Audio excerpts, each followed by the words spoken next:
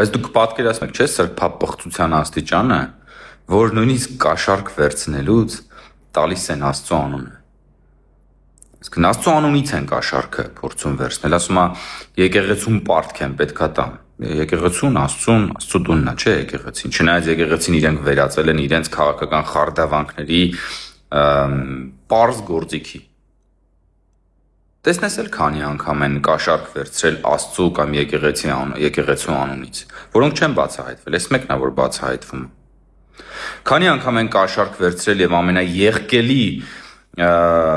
հանցագործություններն արել, ասենք օրինակ ուրիշ սրբությունների անունից, ասենք օրինակ բանակի անունից, հայրենիքի անունից,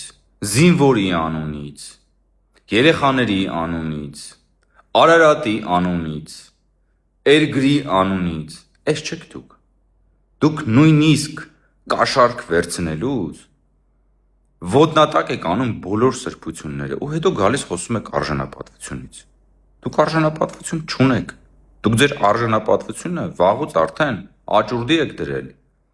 վաճառել եք, վերավաճառել եք, առել ծախել եք։